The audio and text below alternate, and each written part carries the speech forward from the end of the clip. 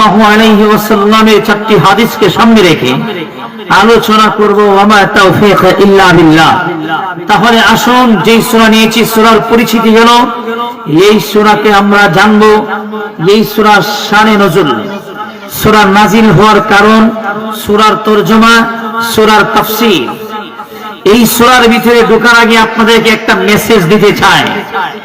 এই পৃথিবীতে আল্লাহ তাআলা পৃথিবী সৃষ্টির পর থেকে নিয়ে আমার নবী পৃথিবীতে আসার আগে, আমার নবী পৃথিবীতে আসার পরে এবং নবীজি পৃথিবী থেকে চলে যাওয়ার পরে এই পৃথিবীর ইতিহাস বলছে ব্যক্তিগতভাবে ইসলামের শত্রু ছিল, জাতিগতভাবে ইসলামের শত্রু ছিল, বাদশা হিসাবে ইসলামের শত্রু ছিল। যেই সূরা আপনাদের সামনে নিয়েছি, এই সূরা আল্লাহ তাআলা নাজিল করেছেন আবু লাহাবের ব্যাপারে। আমরা জানি আবু লাহাব তার নাম ছিল আব্দুল উজ্জা। সেই আবু লাহাব এই পৃথিবীর ইতিহাসে আমার নবীর সাথে যে সমস্ত কাফেররা বিয়াদবি করেছে, আমার নবীকে যারা টর্চারিং করেছে কথার মাধ্যমে, বিভিন্ন ভাবে আমার নবীকে কষ্ট দিয়েছে, এর মধ্যে অন্যতম হলো আবু লাহাব। আমরা জানি আবু জাহেল, আবু লাহাব, হামান, দাহিয়াতুল কলবি ইসলাম ধর্ম গ্রহণ করার আগে যেই লোকটি জ্যান্ত খবর দিত, মেয়েদেরকে জ্যান্ত খবর দিত, মক্কার মধ্যে বড় বড় লিডার ছিল। এই আবু লাহাবের দায়িত্ব ছিল, প্রশাসনিক দায়িত্ব ছিল। প্রশাসনিক দায়িত্বটা তো আমরা ভালো করেই বুঝি। এই প্রশাসনিক দায়িত্ব যার কাছে থাকে তার পাওয়ার কিন্তু কম থাকে না, তার পাওয়ার অনেক পাওয়ার থাকে। এই আবু লাহাব প্রশাসনিক দায়িত্ব ছিল, দাহিয়াতুল কলবিও প্রশাসনিক দায়িত্ব ছিল। এই আবু লাহাব তার দায়িত্ব পেয়ে, প্রশাসনিক দায়িত্ব পেয়ে তার পাওয়ারে আমার নবীর সাথে বেয়াদবি করেছিল। কিন্তু এই আবু লাহাব আমার নবীকে ভালোবেসেছে, এই আবু জেহেলও আমার নবীকে ভালোবেসেছে, সেই হামানও আমার নবীকে ভালোবেসেছে, সেই দাহিয়াতুল কলবিও ইসলাম ধর্ম গ্রহণ করার আগেও আমার নবীকে ভালোবেসেছে। আমার নবীকে ভালোবেসেছে ততক্ষণ যতক্ষণ নবীজি আল্লাহর পক্ষ থেকে ঘোষণা যতক্ষণ না আসে যে অগনবীজি আপনি কালিমার দাওয়াত দেন। আল্লাহ যখন এই আয়াত নাজিল করলেন আনজির আশিরাতাকাল আকরাবিন, অগনবীজি শুধুমাত্র আপনাকে ভালোবাসলেই চলবে না, আপনাকে আপনার সাথে আপনার আল্লাহকেও ভালোবাসতে হবে। আপনার নিকটতম আত্মীয় স্বজন যারা আছে তাদেরকে আপনি এক আল্লাহর দাওয়াত দেন, তাওহীদের দাওয়াত দেন। আকাশের মালিক আল্লাহ, জমিনের মালিক আল্লাহ, তোমাদের চোখের সামনে যা কিছু আছে সব কিছুর মালিক আল্লাহ। তোমরা বলতে হবে লা ইলাহা ইল্লাল্লাহ মুহাম্মাদুর রাসূলুল্লাহ, আল্লাহ ছাড়া কোনো মাবুদ নেই, মুহাম্মাদুর রাসূলুল্লাহ সাল্লাল্লাহু আলাইহি ওয়াসাল্লাম হলো আল্লাহ তাআলার পক্ষ থেকে প্রেরিত রাসূল। আপনি এই ঘোষণা করুন। এই ঘোষণা আল্লাহর পক্ষ থেকে এসেছে কখন? নবুয়ত প্রাপ্ত হওয়ার পরে। 40 বছর পরে আল্লাহ যখন নবীজিকে নবুয়তি দান করলেন, আল্লাহ বললেন নবী গো এখন থেকে আপনি কালিমার দাওয়াত দেন। যে আবু জেহেল নবীকে ভালোবাসে, যে আবু লাহাব নবীকে ভালোবাসে, যে দাহিয়াতুল কলবি নবীজিকে ভালোবাসে, যে হামান নবীকে ভালোবাসে, 40 বছরের আগ পর্যন্ত 40 বছর পর্যন্ত সকলেই ভালোবাসে। কিন্তু আল্লাহর পক্ষ থেকে যখন ঘোষণা এসে গেল কালিমার দাওয়াত দেন, এখন আর আবু জেহেল নবীজিকে ভালোবাসে না, এখন আর আবু লাহাব নবীজিকে ভালোবাসে না, এখন আর হামান নবীজিকে ভালোবাসে না, এখন আর দাহিয়াতুল কলবি নবীজিকে ভালোবাসে না। জোরে বলেন কথা ঠিক কিনা? নবীজি পৃথিবীতে আসার আগে ইসলামের শত্রু ছিল, নবীজি পৃথিবীতে আসার পরও ইসলামের শত্রু ছিল, এখনো ইসলামের শত্রু আছে কিনা নাই? আর একটু জোরে বলা আছে কিনা নাই? আমার নবীর শত্রু নবীজি পৃথিবীতে আসার আগেও ছিল, এই উহুদের আল্লাহর নবীর শত্রু ছিল। নবীজি পৃথিবীতে আসার পরেও আল্লাহর নবীর শত্রু ছিল, এখনো নবীজি পৃথিবীতে নাই, এখনো নবীজির শত্রু আছে কিনা নাই? আর একটু জোরে এখন আছে কিনা নাই? যারা আল্লাহর নবীর শত্রু তাদেরকে আজকে একটা মেসেজ দিয়ে যায়, নবীর শত্রুরা নবীজির সময় টিকে নাই। আল্লাহ তাআলা নবীজির হাতে মক্কা বিজয় দান করেছিলেন। জোরে কোন সুবহানাল্লাহ। আর একটু জোরে কোন সুবহানাল্লাহ। যেই নবী যে জায়গায় জন্ম নিয়েছেন মক্কায়, কাফেরদের অত্যাচার জুলুম সহ্য করতে না পেরে নবীজি মক্কা ছেড়ে মদিনাতে চলে গিয়েছিলেন। সেই নবীকে আল্লাহ তাআলা বলেছিলেন, ওগো নবীজি, বলে সাউফা ইউতিকা রাব্বুকা ফাতারদা, অচিরে আপনাকে আমি এমন জিনিস দান করব গো নবী, যা পাইয়া নবী আপনি দুনিয়াতেও খুশি হইবেন, আখিরাতেও খুশি হইবেন। সেটা কি দান করব আপনাকে? দুনিয়াতে আমি আল্লাহ আপনাকে দান করব, আপনি নিজের চোখে দেখবেন। ইযা জাআ নাসরুল্লাহি ওয়াল ফাত ওয়া রাআইতান নাস সায়াদখুলুনা ফি দীনিল্লাহি আফওয়াজা। সুবহানাল্লাহ। কোন আপনি আপনার জীবদ্দশায় দেখবেন নবী, মানুষগুলো ধরে ধরে ইসলামের দিকে ধাবিত হচ্ছে। শুধু তাই নয় নবী, আপনি নিজের চোখে দেখবেন, আপনি শুধু মানুষ ইসলামের দিকে ধাবিত হচ্ছে তাই নয়, আপনি নবী মক্কা বিজয়ী করবেন, আর এই মক্কার মধ্যে আপনার রাজত্বই চলবে। জোরে কোন সুবহানাল্লাহ, আর একটু জোরে কোন সুবহানাল্লাহ। কাফেরদের অত্যাচার সহ্য করতে না পেরে আমার নবী চলে গিয়েছিলেন মদিনায়। এই এক কাফেরের ব্যাপারে নবীজি এই সূরাটি নাজিল করেছেন। সূরার নাম হলো সূরাতুল লাহাব। সূরাতুল লাহাব, আবু লাহাবের নাম আমরা শুনেছি। এই আবু লাহাবের ব্যাপারে নবীজি সূরাটি নাজিল করেছেন। তাহলে আসলে এই সূরার ভিতরে আল্লাহ কি বলেছেন? আগে সূরার তরজমা শুনি, তারপরে সূরার তাফসীর। তাব্বাত ইয়াদা আবি লাহাবিন ওয়া তাব, মা আগনা আনহু মালুহু ওয়া মা কাসাব, সায়াসলা নারান যাতা লাহাব, ওয়া ইমরাতুহু হাম্মালাতাল হাতাব, ফি জিদিহা হাবলুম মিন মাসাদ। আল্লাহু আকবার। এই আবু লাহাব, আল্লাহ যখন ঘোষণা করলেন নবী গো, এখন থেকে আপনি কালিমার দাওয়াত দিবেন, নবীজি সফা পাহাড়ের উপরে উঠলেন। সফা পাহাড়ের উপরে উঠে নবীজি কাফেরদের নাম ধরে ধরে নবীজি ডাক দিয়েছেন। চাচা আবু জাহেলকে ডাক দিয়েছেন, আবু লাহাবকে ডাক দিয়েছেন, হামানকে ডাক দিয়েছেন, দাহিয়াতুল কলবিকে ডাক দিয়েছেন, বংশের নাম ধরে ধরে নবীজি ডাক দিয়েছে। কাফেররা গিয়ে উপস্থিত হয়েছে, বংশের লোকেরা গিয়ে উপস্থিত হয়েছে। আমার নবী এত বিশ্বস্ত ছিল, কাফেররা নবীজিকে আল আমিন বলে উপাধি দিয়েছে। আল আমিন, বিশ্বস্তবাদী বলে আমার নবীকে উপাধি দিয়েছে। আমার নবী যখন সফা পাহাড়ের উপরে ওঠেন, কাফেরদেরকে ডাক দিলেন। কাফেররা গিয়ে বলে, আবু লাহাব ডাক দেয়া বলে, আবু জাহেল ডাক দেয়া বলে, মুহাম্মদ তুমি কেন আমাদেরকে ডাকছো? নবীজি আবার ডাক দেবেন, আমি যদি তোমাদেরকে বলি এই পাহাড়ের পেছন দিক থেকে একদল সৈন্যবাহিনী আসছে, তোমাদের উপরে আক্রমণ করবে, তাহলে কি তোমরা আমার এই কথা বিশ্বাস করবে? হ্যাঁ মুহাম্মদ, কেন তোমাকে বিশ্বাস করবো না? তুমি জীবনে কোনোদিন মিথ্যা কথা বলো নাই, 40 বছরের ভিতরে তোমাকে কোনোদিন মিথ্যা কথা বলতে দেখি নাই।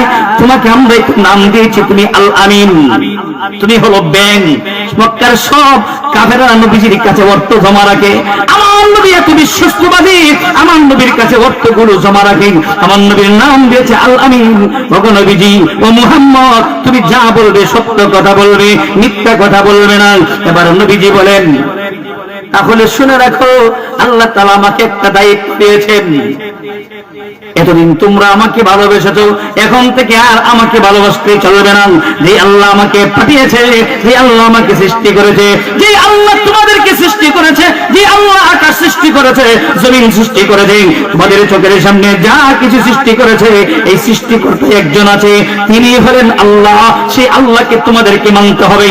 লা ইলাহা ইল্লাল্লাহু মুহাম্মাদুর রাসূলুল্লাহ সাল্লাল্লাহু আলাইহি ওয়াসাল্লাম, আল্লাহ ছাড়া কোনো মাবুদ নাই। আমি মুহাম্মদকে আল্লাহ তাআলা নবী করে পৃথিবীতে পাঠাইছে, এই কালিমা তোমাদেরকে মানতে হবে। এখন আর আল্লাহ নবীকে ভালোবাসে না। সঙ্গে সঙ্গে আবু লাহাব নিজের হাতের মধ্যে পাথর নিলেন, আমার নবীকে আঘাত করবেন। নাউজুবিল্লাহ কোন, আর একটু জোরে কোন নাউজুবিল্লাহ।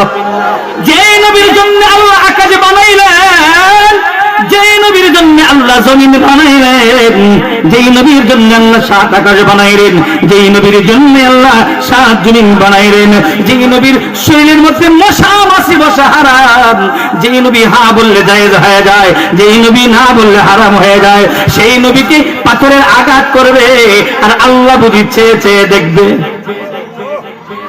আল্লাহ সঙ্গে সঙ্গে সূরাটা নাজিল করে দিলেন, তাব্বাত ইয়াদা আবি লাহাব, তাব্বাত ধ্বংস হোক, ধ্বংস হয়ে গেছে। কি হয়ে গেছে? ধ্বংস হয়ে গেছে আবু লাহাব। আবু লাহাব ধ্বংস হয়ে গেছে, ধ্বংস হবে না, ধ্বংস হয়ে গেছে। তাব্বাত ইয়াদা আবি লাহাব, ইয়াদুন শব্দ হলো এক বচন, এক হাত, আর ইয়াদা হলো দ্বিবচন, দুই হাত। কয় হাত? আর একটু জোরে বলুন। আল্লাহ তাআলা আবু লাহাবের দুই হাত ধ্বংস করে দিলেন। দুই হাত দ্বারা আল্লাহ কি বুঝাইলেন? আবু লাহাব তো পাত্র নিয়েছে এক হাতে, আল্লাহ দুই হাতের কথা কেন বললেন? এক হাত দ্বারা আল্লাহ বুঝাইলেন, ওগো নবীজি, আবু লাহাবের এক হাত দ্বারা আল্লাহ বুঝাইলেন আবু লাহাবের এই হাতটা ধ্বংস হয়ে গেছে, তার মানে হলো আবু লাহাবের দুনিয়াও ধ্বংস। দ্বিতীয় হাত দ্বারা আল্লাহ বুঝাইলেন আবু লাহাবের আখিরাতও ধ্বংস। আবু লাহাবের দুনিয়াও ধ্বংস, আখিরাতও ধ্বংস। যে হাতের মধ্যে পাথর নিয়েছিলেন আমার নবীকে আঘাত করবে, আল্লাহ তাআলা সেই হাতটাকে ধ্বংস করে দিলেন। কেমন ভাবে ধ্বংস করে দিলেন? তাফসীরের মধ্যে আসছে এই হাতটাকে আল্লাহ প্যারালাইসিস বানায় দিলেন। এই হাত অচল হয়ে গেছে, এই হাত এখন আর কাজ করে না। এই আবু লাহাব তুই চিনিস না রে, আমার নবীকে চিনিস না। যেই নবীর জন্য আল্লাহ আকাশ বানাইলো, যেই নবীর জন্য আল্লাহ জমিন বানাইলো, সেই নবীকে পাথরের আঘাত করবে, সেই হাত আল্লাহ রাখবে, এটা কোনোদিন হতে পারে না। আল্লাহ তাআলা তার হাতটা ধ্বংস করে দিলে। আর একটু জোরে এখন সুবহানাল্লাহ। তাব্বাত ইয়াদা আবি লাহাবি ওয়া তাব। দুই হাত ধ্বংস হলেন, সাথে সাথে আল্লাহ বলেন ওয়া তাব, সে নিজেও ধ্বংস হয়েছে। আবু লাহাব নিজেও ধ্বংস, তার দুই হাত দ্বারা আল্লাহ বুঝাইলেন দুনিয়াও ধ্বংস, আখিরাতও ধ্বংস। আর ওয়া তাব দ্বারা বুঝাইলেন, আল্লাহ বুঝাইলেন আবু লাহাব নিজেও ধ্বংস। নিজেও ধ্বংস দ্বারা আল্লাহ কি বুঝাইলেন? পরের আয়াতের মধ্যে বলছেন, মা আফনা আনহু মালুহু ওয়া মা কাসাব। আল্লাহ রাব্বুল আলামিন তাকে শক্তি দিয়েছিলেন, প্রশাসনিক লিডার ছিল আবু লাহাব। শুধু তাই নয়, আল্লাহ যেমন শক্তি দিয়েছিলেন তেমন ধন দিয়েছিলেন, এমন মাল দিয়েছিলেন। আল্লাহ বলেন মা আফনা আনহু মালুহু ওয়া মা কাসাব। আবু লাহাবের শক্তি, আবু লাহাবের মাল, আবু লাহাবের সম্পদ কোনটাই আবু লাহাবের কাজে আসে না। আবু লাহাবের মাল আবু লাহাবের কাজে আসে নাই, আবু লাহাবের শক্তিও আবু লাহাবের কাজে আসে নাই। আল্লাহ তাআলা এই আয়াত দ্বারা কি বুঝাইতে চাইলেন? এই আয়াত দ্বারা বর্তমান জমানায় যারা আবু লাহাবের মতো লোক আছে তাদেরকে আল্লাহ একটা মেসেজ দিলেন। আবু লাহাব অনেক শক্তিশালী ছিল, তারও কিন্তু মালের অভাব ছিল না, তারও কিন্তু পয়সার অভাব ছিল না, তার শক্তির অভাব ছিল না। আল্লাহ তাআলা তার শক্তি কোনো কাজে আসে নাই, তার মালও কোনো কাজে আসে নাই। এখনো যদি পৃথিবীর বুকে কোনো মানুষ চিন্তা করে আমার মাল আছে, আমার টাকা আছে, আমার শক্তি আছে, আমি আমার মাল দ্বারা, আমি আমার টাকা দ্বারা মোকাবেলা করব, না না না, মাল দ্বারা পৃথিবীতে মানুষ চিরজীবন থাকতে পারে না। শক্তির ক্ষমতা দেখাইয়া পৃথিবীতে মানুষ কোনদিন ক্ষমতায় থাকতে পারে না। জুড়ে বলেন কথা দেখতে না? যদি ক্ষমতার কারণে মানুষ পৃথিবীতে বেঁচে থাকতো, ক্ষমতার কারণে যদি মানুষ ক্ষমতায় থাকতো, শক্তির কারণে যদি মানুষ পৃথিবীতে থাকতো, তাহলে আবু লাহাব ছাড়াও আল্লাহ কোরআনের ভিতরে অনেক জাতির কথা উল্লেখ করেছেন, অনেক ব্যক্তির কথা আল্লাহ উল্লেখ করেছেন।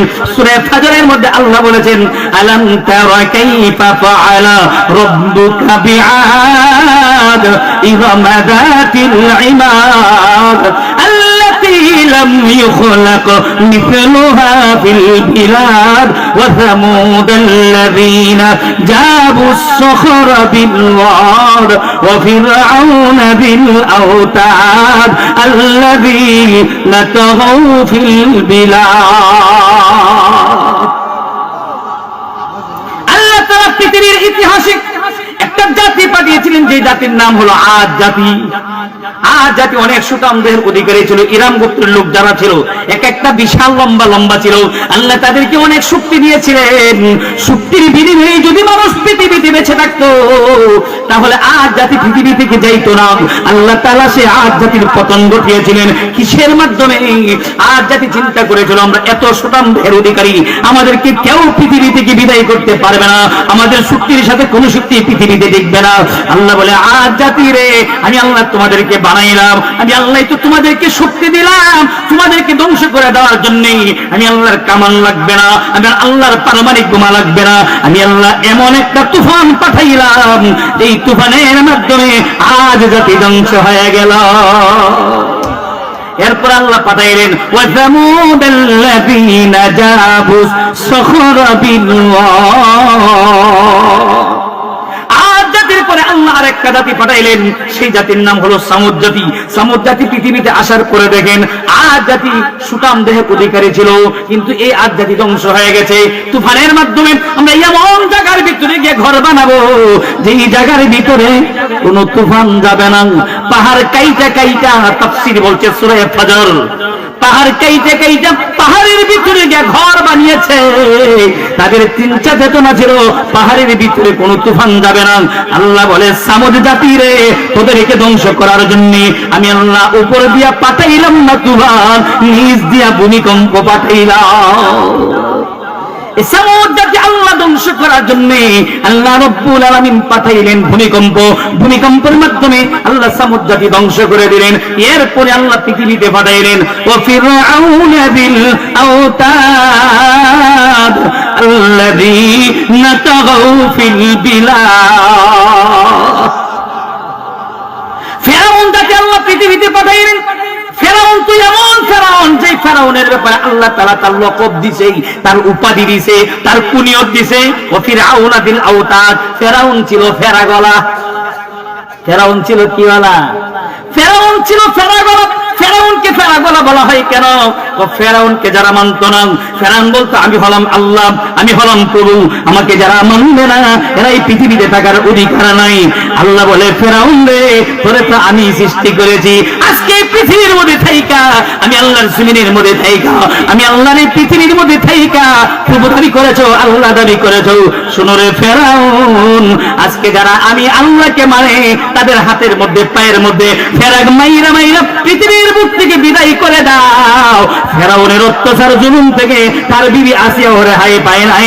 আসিয়ারও হাতের মধ্যে পায়ের মধ্যে ফেরাগ মেরেছিল ফেরাউন। আসিয়াকেও ফেরাউনকে আল্লাহ মানে না, সেই ফেরাউনেরও পতন পৃথিবীতে ঘটেছিল কিনা?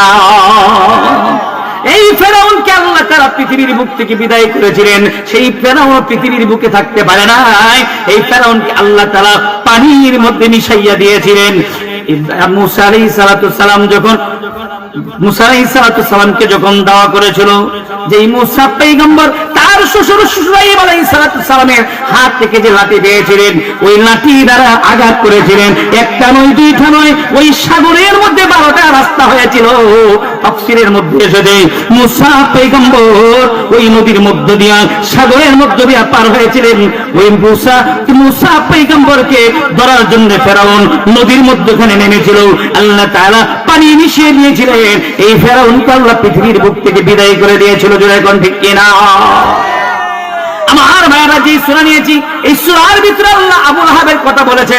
এই কমবক্ত আবু লাহাব আমার নবীর সাথে বেয়াদবি করেছে, এমন বেয়াদবি করেছে হাতের মধ্যে পাথর নিয়েছিল, আল্লাহ তার হাত ধ্বংস করে দিল। আল্লাহ বলে দিলেন আবু লাহাবের দুনো হাত ধ্বংস।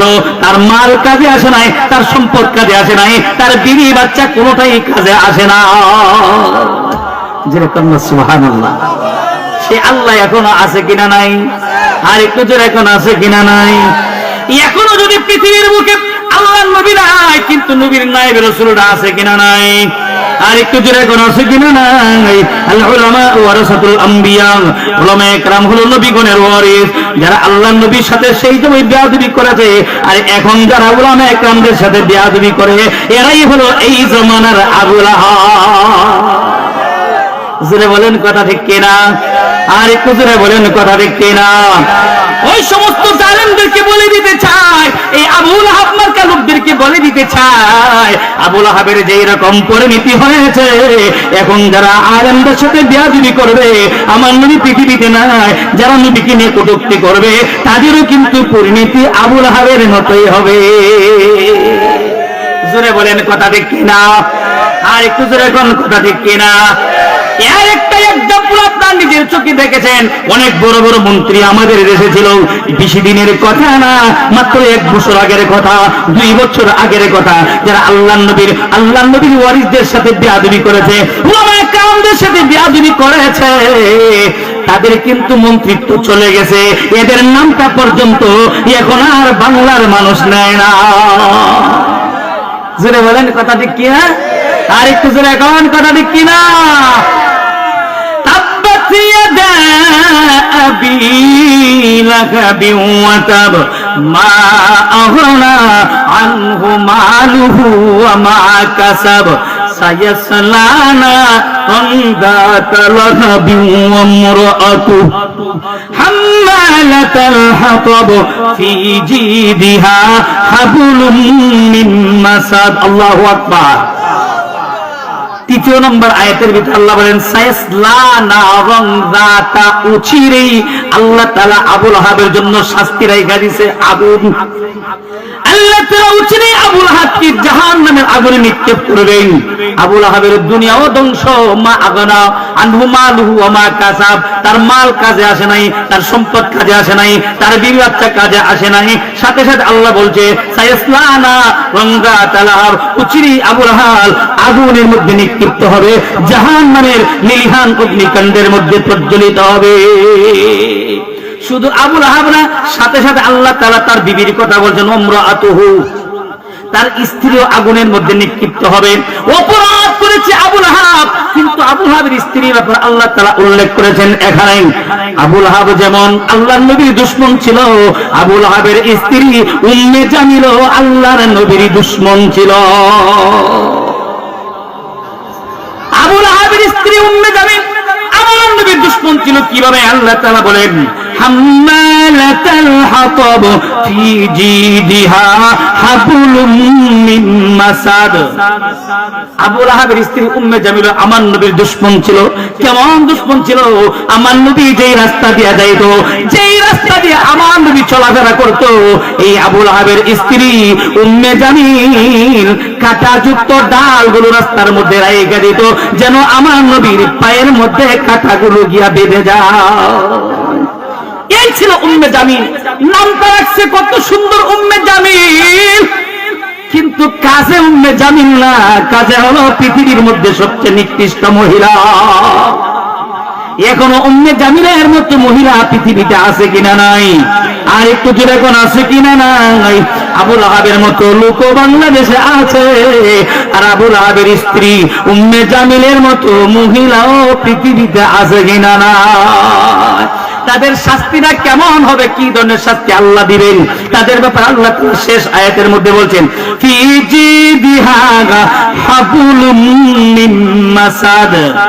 এই আয়াতের তাফসীরের মধ্যে আছে শুকনা খেজুরের যে রশি আছে, সেই খেজুরের রশি দ্বারা তাদেরকে হেসাইয়া জাহান্নামের ভিতরে নেওয়া হবে, বেঁধে তাদেরকে জেলখানায় বেঁধে রাখা হবে, জাহান্নামের মধ্যে ভেড়ে রাখা হবে। শত চেষ্টা করলো আল্লাহর তিনি এই জাহান্নামের আগুন থেকে উম্মে জামিলও পালাইতে পারবে না, আবুল আহাবও পালাইতে পারবে না। জোরে কোন ঠিক কিনা? আর একটু জোরে কোন ঠিক কিনা? লিল্লাহি তাকবীর, লিল্লাহি তাকবীর। আল কোরআনের আলো, আল হাদিসের আলো। কোরআন আছে যেখানে, কোরআন আছে যেখানে, কোরআন নাই যেখানে, সুদ আছে যেখানে, মুরব্বী আসে হুজুর কোরআনের সাথে এত সুদের কথা কইল কে? সুদ আছে জমানায়? এলাকায় সুদ আছে? সুদ কর কেনা দেখি, কেন সুদ কা দিয়ে হাত তুলেন তো? হ্যাঁ, সুদ আছে না? কেউ নাই? ঘুষখোর আছে, ঘুষখোর। ঘুষখা সমাজের মধ্যে এমন লোক আছে এখানে? সুদখোরও আছে, ঘুষখোরও আছে। এই ওয়াজ বেশি লাগে না, শুধু একটা স্লোগানই হলো ওয়াজ। কি স্লোগানটা? এলাকার মানুষের এবার স্পিড কম নাকি? আওয়াজে তো আস্তে কেন, জোরে হতে হবে। জোরে এখন ঠিক কিনা? আর একটু জোরে এখন ঠিক কিনা? আমি এখন স্লোগান দিব, যারা আমার সাথে স্লোগান দিবে আমি বুঝে নেব তারা কোরআনের সাথে আছে। আর যদি স্লোগান না দেয়, আওয়াজ না হয়, তাহলে বুঝে নেব এই লোকগুলো জান্নাতের বাগান বসাইছে কিন্তু কোরআনের সাথে নয়। কোরআন আছে যেখানে, দেন তো কেটা কয় না, দেন তো কেটা আওয়াজ দেয় না? কোরআন আছে যেখানে আছেন সবাই, আওয়াজ যত আসতে কেন, আওয়াজ আরো জোরে হতে হবে, পারবেন ইনশাআল্লাহ? কোরআন নাই যেখানে, নামাজ আছে যেখানে, আল্লাহ কবুল করে যেরকম আমিন। এই যে একটা স্লোগান দিলেন, কোরআন আছে যেখানে আমরা আছি সেখানে, নামাজ আছে যেখানে আমরা আছি সেখানে, আলেম আছে যেখানে আমরা আছি সেখানে, সুদ আছে যেখানে আমরা নাই সেখানে, ঘুষ আছে যেখানে আমরা নাই, এটাই ওয়াজ, আর কোনো ওয়াজ লাগবে না। নামাজ আছে যেখানে আমরা আছি সেখানে, ওয়াজ মাহফিল করার উদ্দেশ্য তো মানুষগুলো নামাজি হওয়া, ওয়াজ মাহফিল করার উদ্দেশ্য হলো মানুষগুলো কোরআন পড়া, ওয়াজ মাহফিল করার উদ্দেশ্য হলো এই এলাকার সমাজ ভালো হওয়া। জোরে কোন ঠিক কিনা? আর একটু জোরে কোন ঠিক কিনা? কোথায় যুব সমাজ? যে যুব সমাজ আজকে মাহফিল আয়োজন করেছে, আমি সেই যুব সমাজ দেখছি না কেন? খুব কম কেন এখানে যুব সমাজ আছে, হয়তো বা তারা ঘোরাফেরা করছে। আমি সকল কি বলবো, যুব সমাজ যারা আছো অথবা বয়োজ্যেষ্ঠ মানুষগুলো যারা আছেন, ঘরের মধ্যে আছেন, আজকের এই রাত্রটা কিন্তু একটু পরে শেষ হয়ে যাবে। আপনি ঘরের মধ্যে আড্ডা মারতে পারবেন, রাস্তায় ঘুরতে পারবেন, সবকিছু করতে পারবেন, কিন্তু এই সময়টা কিন্তু আগামীকাল আর পাবেন না। দয়া করে মেহেরবানি করে এখনো যারা ঘরে আছেন, রাস্তায় আছেন, দয়া করে মেহেরবানি করে সকলে জান্নাতের বাগানে চলে আসুন। আল্লাহ তাআলা বুঝদান করে জোরে করে আমিন। আর একটু জোরে করে আমিন। আমার ভাইরা, শুধুমাত্র সূরাতুল লাহাবের তরজমা গেল, শানে নজুল গেল, সূরার পরিচিতি গেল, সূরার তাফসিরে যদি ঢুকি তাহলে আমরা এখানে সকালেই ধরা পড়ে যাব। আমার ভাইরা, তাহলে আসুন তাফসিরে ঢুকবো। 4টা হাদিস নিয়েছি, হাদিসের উপরে কিছু আলোচনা করতে হবে, আলোচনা শেষ করে, হাদিসের আলোচনা শেষ করে তারপরে আবার তাফসিরে ঢুকে যাব। আমার ভাইরা, তাহলে আসুন প্রথম নম্বর হাদিস নিয়েছি। আমার নবীজি বলেন, মহিলাদের একটা প্যান্ডেল এখানে দেখেছি। আপনাদের মসজিদের ইমাম সাহেব হুজুর বলেছে, হুজুর আমি জিজ্ঞেস করলাম ওই যে এখানে একটা প্যান্ডেল দেখে, এটা কি? বললো যেটা মহিলাদের জন্য প্যান্ডেল। তার মানে হলো অবশ্যই এখানে মহিলারা আলোচনা শুনতে এসেছে।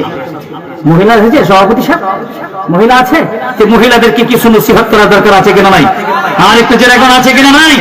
আমি আমার মা বোনদেরকে বলবো, আপনার কানটা সোজা করে আমার কথাগুলো শুনুন। যদি আপনারা আমার আলোচনাগুলো শুনুন, আলোচনা বেশি লাগে না, আপনাদেরকে কয়েকটা মেসেজ দিয়ে যাবো, কয়েকটা সবক দিয়ে যাবো, যে সবকগুলো আমার নবীজি দিয়েছেন। আপনারা যদি সবকগুলোর উপর আমল করুন, তাহলে আমার নবীজি বলেন মহিলারা কাজ করবে 4টা, 8টা জান্নাতের যে কোনো দরজা দিয়ে প্রবেশ করবে। আর একটু আস্তে কোন সুবহানাল্লাহ। 1 নম্বর নবীজি বলেন, আল মারআতু ইযা সাল্লাত খামসাহা। 2 নম্বর সাওমাত শাহরাহা। নম্বর 3 ওয়া আহসানাত ফারজাহা। নম্বর 4 ওয়া আতাআত বালাহা। 1 নম্বর হলো, ও মা বোনেরা, পর্দার আড়াল থেকে যারা কথাগুলো শুনছো গো মা, তোমাদের কি একটা মেসেজ দিয়ে যায়।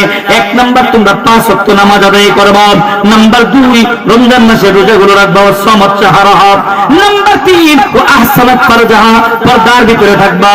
নম্বর 4, ওয়া আতাআত বালাহা, স্বামীর আতাআত করবা, স্বামীর কথা মেনে চলবা। এই 4টা কাজ যদি করো গো মা, আমার নবীজি বলেন 8টি জান্নাতের যে কোনো দরজা দিয়ে প্রবেশ করবা। আর একটু জোরে কোন সুবহানাল্লাহ। কয়টা কাজ করলে মহিলারা জান্নাতি? আর একটু জোরে। 4টে কাজ করলে মহিলারা জান্নাতে চলে যাবে। ওয়াজ বেশি লাগে না। এখন মহিলারা 5 ওয়াক্ত নামাজ আদায় করে, রমজান মাসে রোজাগুলো মহিলারা ছাড়ে না, কিন্তু সমস্যা হলো পর্দার ভিতরে থাকতে চায় না, স্বামীর কথা মানতে চায় না। জোরে বলেন কথা ঠিক কিনা? ও মা বোনেরা, তুই 5 ওয়াক্ত নামাজ আদায় করো, নামাজ পড়া ফরজ, রমজান মাসে রোজা করে রাখো, রমজানের রোজা ফরজ। কিন্তু আল্লাহ তাআলা যখন সূরাতুল আহজাবের এই আয়াত নাযিল করেছেন, ইয়া নিসা আন-নাবিয়্যি লাস্তুন্না কাআহাদিন মিনান নিসাই ইন ইত্তাকাইতুন্না ফালা তাখদা'না বিল কওলি ফায়াতমা'আল্লাযী ফী কলবিহি মারাদুন ওয়া কুলনা কওলান মা'রুফা ওয়া ক্বারনা ফী বুয়ুতিকুন্না ওয়া লা তাবাররাজনা তাবাররুজাল জাহিলিয়াতিল উলা। আল্লাহ যখন সূরাতুল আহজাবের এই আয়াত নাযিল করেছেন, নামাজ যেমন ফরজ, রোজা যেমন ফরজ, মহিলারা পর্দায় থাকাও ফরজ। জোরে বলেন কথা ঠিক কিনা? এখন আসেন মহিলারা পর্দা করবে। মহিলাদের জন্য যেমন পর্দা আছে, পুরুষের জন্য পর্দা আছে কিনা নাই? আর একটু জোরে কোন আছে কিনা নাই? মহিলারাও পর্দা করবে, পুরুষও পর্দা করবে। মহিলা 14 জন পুরুষ দেখতে পারবে, পুরুষও 14 জন মহিলা দেখতে পারবে। এছাড়া পৃথিবীর কোন নারী কোন পুরুষ দেখতে পারবে না, কোন নারীও কোন পুরুষ দেখতে পারবে না। কিন্তু কিছু কিছু নারী আছে পর্দার ভিতরে থাকতে চায় না, আছে কিনা নাই? নামাজ ঠিকই করে, রমজানের রোজাও রাখে, কিন্তু পর্দার থাকতে চায় না। তাহলে শুনো, নবীজি বলেন যে নারী পর্দার ভিতরে থাকে না আর কপালে লেখা থাকবে দাইয়ুস, আর দাইয়ুস মহিলা জান্নাতে দাখিল নিয়ে হতাও। যারা দাইয়ুস হবে এরা জান্নাতে প্রবেশ করবে না। মা গো, তোমারও তো মনটা চায় আমি জান্নাতে যাইতাম। জান্নাতে যদি যেতে চাও অবশ্যই পর্দার ভিতরে থাকতে হবে। যেই নারী পর্দার ভিতরে থাকবে ওই নারীর ব্যাপারে আল্লাহ তাআলা গ্যারান্টি দিয়েছেন। সুবহানাল্লাহ। আর একটু জোরে কোন সুবহানাল্লাহ। যেই নারী পর্দার ভিতরে থাকবে ওই নারীর পেটের ভিতর থেকে জন্ম নেবে আল্লাহর ওলি। কে জন্ম নেবে? মাহমুদুল হাসান দেওবন্দি, হুসেইন আহমদ মাদানী, রশিদ আহমদ গঙ্গোহী, হাজী ইমদাদুল্লাহ মুহাজিরে মক্কি। জন্ম নেবে শাইখুল হাদিস আল্লামা আজিজুল হক রাহমাতুল্লাহ আলাইহি। জন্ম নেবে শাইখুল ইসলাম আল্লামা শাহ আহমদ শফী। জন্ম নেবে জুনায়েদ বাবনগরী। জন্ম নেবে বড় বড় বুজুর্গরা জন্ম নেবে। আর যে নারী পর্দার ভিতরে থাকবে না ওই নারীর পেট থেকে জন্ম নেবে কালা জাহাঙ্গীর, পিচ্চি হান্নান, ইয়াসার শিকদার। নাম শুনছেন নি? আরেকটু জোরে কার। ও মা তুই বড় দামি, বড় দামি। কেমন দামি, কেমন দামি! এই পৃথিবীর ভিতরে যত নবী এসেছে সমস্ত নবীরা আমার পেট থেকে আসছেন। যত সাহাবী এসেছে সমস্ত সাহাবীরা আমার পেটের ভিতরে থেকেই এসেছে। যত গাউস কুতুব আল্লাহর ওলি যারা এই পৃথিবীতে এসেছে সকলেই কিন্তু মার পেটের ভিতর থেকে এসেছে। মা গো তুমি বড় দামি, বড় দামি। তোমার পেট থেকে জন্ম নিছে বিশ্ব নবী। জোরে কোন সুবহানাল্লাহ। তোমার পেট থেকে জন্ম নিছে বিশ্ব নবী। তুমি বড় দামি, স্বর্ণ বড় দামি। এই স্বর্ণ যদি রাস্তায় পড়ে থাকে এই স্বর্ণটা চুরি করবো নি? সেম আল্লাহ নবী বলে আলমারআতু ইযা আওরাতুন ফাইযা খরাজাত ইস্তাশরাফাহা শাইতান। যে নারী বেপরদায় চলাফেরা করে, চেহারার মধ্যে পর্দা নাই, হাতের মধ্যে পর্দা নাই, পায়ের মধ্যে পর্দা নাই, যে নারী পর্দা ছাড়া চলাফেরা করবে আমার নবীজি বলেন রাস্তার মধ্যে কিছু বকারে ছেলে আছে, যেই ছেলেটা খারাপ ছেলেদের সোহবতে থেকে নষ্ট হয়ে গেছে, গাঞ্জার সাথে মিশে গেছে, ইয়াবা টেবলেটের সাথে মিশে গেছে, চুরির সাথে মিশে গেছে, ডাকাতির সাথে মিশে গেছে, এমন কিছু বকারে ছেলে রাস্তার মধ্যে আছে কিনা নাই? যদি এই নারী বেপরদাই চলাফেরা করে আর ওই বকাটে ছেলেদের নজরে যদি তোমার মেয়েটা পড়ে যায় তাহলে কিন্তু তোমার মেয়েটা দুনিয়াতে অ্যাক্সিডেন্ট করবে। কিন্তু যে নারী পর্দার ভিতরে থাকবে, বুরকা পরে চলাফেরা করবে, ওই নারীকে আল্লাহই হেফাজত করে। যেরকম না সুবহানাল্লাহ। তাহলে যে সমস্ত নারীরা বেপরদায় চলাফেরা করে তাদের একটা উদাহরণ দেই। আপনাদের এলাকায় কলা গাছ আসেনি? আপেল আসেনি? আপেল আছে, কলা আছে, মালটা আছে, কমলা আছে, পেয়ারা আছে, কত ফল আপনি দেখবেন। প্রত্যেকটা ফলের উপরে আল্লাহ পর্দা দিছে, বাহল দিছে। কি দিছে? আছে কিনা নাই? কলার উপরে বাহল আছে, আপেলের উপরে বাহল আছে, কমলার উপরে বাহল আছে, মালটার উপরে বাহল আছে। আপনি কি খাইতে যাইবেন? লটকল খাইবেন, বগি খাইবেন, বাহল আছে কিনা নাই? লিচু খাইবেন, বাহল আছে কিনা নাই? সবগুলোর মধ্যে আল্লাহ বাহল দিয়া দিছে, পর্দা দিয়া দিছে। এখন যদি এই কলাটা চুলায় যদি খাসা বইরা যদি দাঁড়িয়ে কান্দে নেওয়া যায়, এই কলা কেউ কিনবো নি? কলার বাহল কিনবো কিন্তু কলা কিনতো না। কলার বাহল কিনবো, আমার বাড়িতে একটা বকরি আছে। নজর এখন ঠিক কিনা? আরেকটু জোরে কা। ও মা, এই যুব সমাজ আমাকে দাওয়াত দিয়েছে, আমি কিছু হক কথা বলে দিয়ে যাই। মা গো, কথাগুলো যদি শোনো, আল্লাহ তোর 8টি জান্নাতের যে কোনো দরজা দিয়ে প্রবেশ করবা। ও মা, তুমি বড় দামি, বড় দামি। কলার উপরে বাহল থাকলে যেমন, বাহল না থাকলে কলার যেমন দাম থাকে না, আপেলের উপরে বাহল না থাকলে যেমন আপেলের দাম থাকে না, কমলার উপরে বাহল না থাকলে যেমন কমলার দাম থাকে না। যেই নারী পর্দার ভিতরে থাকে না, এই নারী দুনিয়া তো দাম নাই, আখিরাত তো দাম না। জোরে বলেন কথা ঠিক কিনা? আর একটু জোরে কোন কথা ঠিক কিনা? এখন পর্দার ভিতরে থাকার দরকার আছে কিনা নাই? এই যে নারী পর্দায় থাকে না, এটা কি নারীর দোষ নাকি আমাদের দোষ? বুঝে শুনে কথা বলেন, দোষটা কি নারীর নাকি আমাদের? নারী যে পর্দায় থাকে না, আপনার মা পর্দায় থাকে না, দোষটা আপনার। আপনার বিবি পর্দায় থাকে না, দোষটা আপনার। আপনার মেয়ে পর্দায় থাকে না, দোষটা আপনার। আপনার বোন পর্দায় থাকে না, দোষটা কার? আজকে থেকে আপনি গিয়ে ফরমান জারি করে দিবেন, বিবি রে, ঢাকা টঙ্গী থেকে একজন হুজুর এসেছিল, নাম হলো দেলোয়ার হোসেন নুরি। উনি বইলা গেছে, রে বিবি, পর্দার ভিতরে থাকতে হবে। যদি পর্দার ভিতরে না থাকো, তোমার এই নামাজ দেয়া লাভ কি? তোমার এই রোজা দেয়া লাভ কি? নামাজ যেমন ফরজ, রোজা যেমন ফরজ, তুমি পর্দার ভিতরে থাকাটাও ফরজ। জোরে বলেন কথা ঠিক কিনা? এই জন্য আজকে গিয়ে আমাকে গিয়ে বলেন, মা গো, তুমি বড় দামি গো মা, তোমার পায়ের নিচে আমার জান্নাত রয়ে গেছে। ও মা, তুমি পর্দায় না থাকার কারণে জাহান্নামের আগুনে জ্বলবা, এটা আমি সহ্য করতে পারবো না গো মা, তুমি পর্দার ভিতরে থাকতে হবে। মাকে গিয়ে বলবেন পর্দার ভিতরে থাকবা, বোনকে বলবেন পর্দার ভিতরে থাকবা, মেয়েকে বলবেন পর্দার ভিতরে থাকবা, বিবিকেও বলবেন পর্দার ভিতরে থাকবা। গেল 3 নাম্বার। 4 নাম্বার, ও মা, যারা পর্দার আড়াল থেকে কথাগুলো শুনছো, তোমাদেরকে বলি, আমার নবীজি বলেন, ও আতাআত বালাহান, মহিলাদেরকে 4 নাম্বার সবকটা দিয়েছেন নবীজি। 4 নাম্বার সবকটা হলো আতাআত বালাহান, স্বামীর ইতাআত করবা, স্বামীর কথা মেনে চলবা। সমাজের মধ্যে এমন কিছু নারী আছে রে, যেই নারীগুলো স্বামীর কথা শোনে না। আছে কিনা নাই? আর একটু জোরে কোন আছে কিনা নাই? মনে হয় যেন স্বামী হলো স্ত্রী আর স্ত্রী হইল স্বামী। ঠিক কিনা?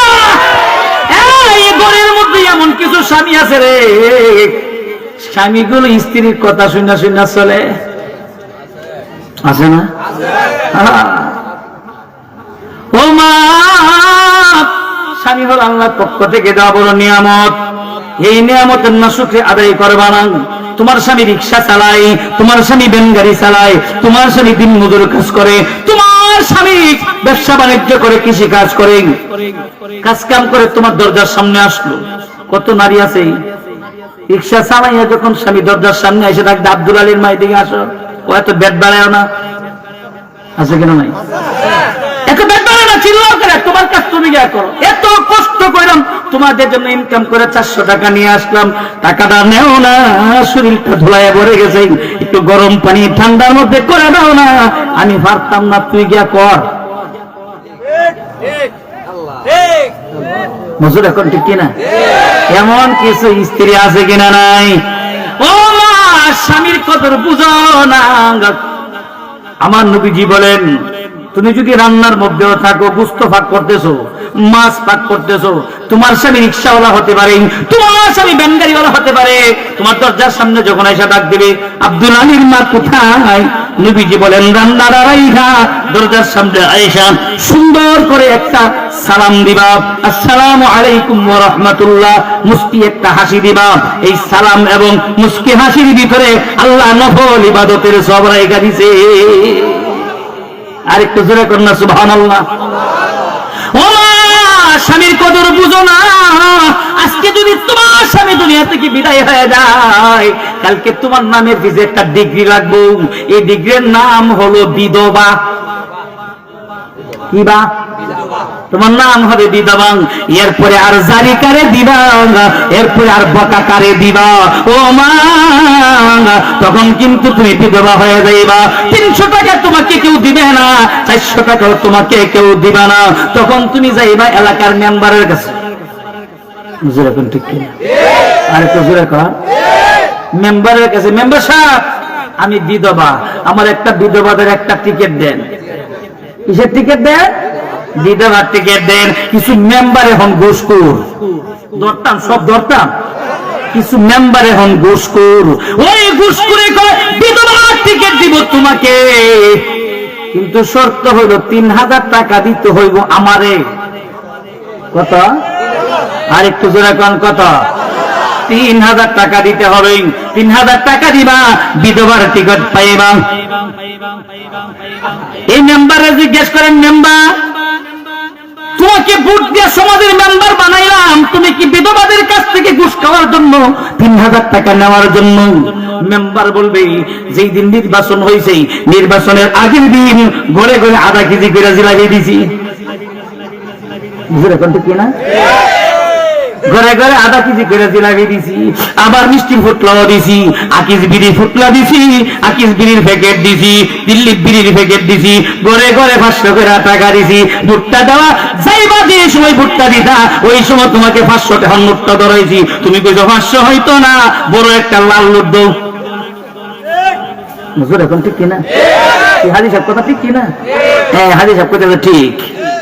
মেম্বার আছে একটা, হ্যাঁ ঘুষখোর মেম্বার আছে একটা। কত মেম্বার ঘুষখোর, এখন তো মেম্বার হয়ে যায় ভোট ছাড়া, চেয়ারম্যান হয়ে যায় ভোট ছাড়া। বুড়া বুড়ি হইতেছে, কি হইতেছে গিয়া দে একজনের বুড়া আলোচনা গেলা। বুঝুন এখন ঠিক কিনা? কি কোন পরিচালক সাহেব আজকে অনেক বড় বক্তা, খুব সুন্দর উপস্থাপনা করতে পারে। ভোট বলে একজনের টার একজনে দিলা, আমার চেয়ারম্যানে গেছে, চেয়ারম্যানে গেছে, মেম্বারে গেছে। আল্লাহ বুঝদান করুক, জোরে কোন আমিন। আর একটু জোরে কোন আমিন। আমার ভাইরা তাহলে আসুন, যেটা বলতেছিলাম, কয়টা গুণ অর্জন করতে হবে? আলহামদুলিল্লাহ কোন, আর একটু জোরে কোন আলহামদুলিল্লাহ। আমাদের কমলপুর মাদ্রাসার সম্মানিত প্রিন্সিপাল সাহেব মুহাদ্দিস সাহেব হুজুর, পীর সাহেব হুজুর আসছেন, ইনশাআল্লাহ হযরত বয়ান করবেন। আমারও বয়ান প্রায় 1 ঘন্টার মতো হয়ে গেছে, 1 ঘন্টায় টাইম ছিল, 1 ঘন্টা হয়ে গেছে। হুজুর আসবে বয়ান করবে। আমি আপনাদেরকে ফিনিশিং এ দিচ্ছি। সূরা নিচে সূরাতুল লাহাব। আবু লাহাব মার্কা লোক এখনো দুনিয়াতে আছে কিনা নাই? আর একটু জোরে আছে কিনা নাই? এই আবু লাহাবের যেরকম পরিণতি হয়েছে, এখনো যারা আলেমদের সাথে বেয়াদবি করবে, আলেমদের সাথে বেয়াদবি করবে, তাদেরও পরিণাম কিন্তু আবু লাহাবের মতোই হবে। আর একটা কথা বলেছিলাম, আমার একটা হাদিস নিয়েছিলাম, মহিলারা 4টা কাজ করলে জান্নাতি। এই এলাকায় মহিলা মাদ্রাসা আছে কিনা নাই? আর একটু জোরে আছে কিনা নাই? মহিলা মাদ্রাসা আছে। আপনার মেয়েটাকে মহিলা মাদ্রাসায় দিবেন, আমি গ্যারান্টি দিয়ে যাই, এই মেয়েটা যদি মহিলা মাদ্রাসায় লেখাপড়া করে, তাহলে এই মেয়েটা দুনিয়াতে লাভ, আখিরাতে লাভ। দুনিয়ার লাভ হলো একটা মেয়ে সন্তান জন্ম হয়েছে, আপনার বড় টেনশনটা হলো মেয়েটাকে বিবাহ দিতে গিয়ে 4 লক্ষ 5 লক্ষ টাকা লাগবে। আমি আপনাদেরকে গ্যারান্টি দিয়ে গেলাম, মেয়েটাকে মহিলা মাদ্রাসায় দিবেন, আপনার মেয়ে লেখাপড়া করবে, বিবাহ দেওয়ার সময় 1 টাকাও লাগবে না। সুবহানাল্লাহ কইতেন না?